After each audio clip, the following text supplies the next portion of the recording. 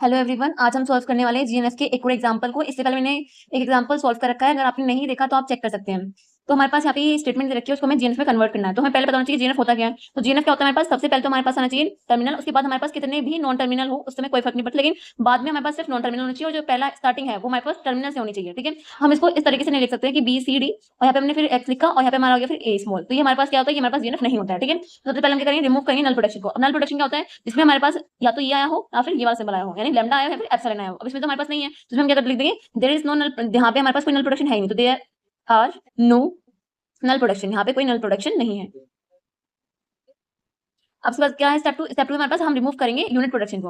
अब unit production क्या होता है हमारे पास, यूनिट प्रोडक्शन होता है जो पे हमारे पास जो नॉन टर्मिनल एलिमेंट होते हैं वो हमारे पास सिंगल होते हैं। तो हमारे पास या तो ए हो या फिर आर हो या फिर एक्स हो, मतलब कुछ भी हो, लेकिन वो हमारे पास होना चाहिए नॉन टर्मिनल सिंगल होना चाहिए। अब यहाँ पे देखते हैं, यहाँ पे तो हमारे पास कॉम्बिनेशन में और यहाँ पे हमारे पास टर्मिनल दे रखे हैं, तो यहाँ पे कोई भी नहीं है, तो हम यहाँ पे क्या लिख देंगे, देयर आर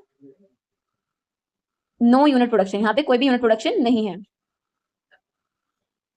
अब स्टेप 3 में हम क्या करेंगे, ऑब्टेन करेंगे हम जीएनएफ को। ठीक है, अब हमें क्या करना पड़ेगा, जो ए की वैल्यू है उसको हमें यहाँ पे प्लेस करना पड़ेगा, क्योंकि यहाँ पे हमारे पास ये कैपिटल दे रखा है और इसे हमें स्मॉल में चेंज करना है। तो यहाँ पे क्या लगेगा, फिर हमारे पास एस ए और बी हो जाएगा एक बार वैल्यू, फिर जाएगा हमारे पास बी बी और बी, फिर जाएगा हमारे पास बी और बी। ठीक है, जो हमारे पास ए है वो हमारे पास सेम ही रहेगा क्योंकि इसमें हमें चेंज करने की जरूरत नहीं है।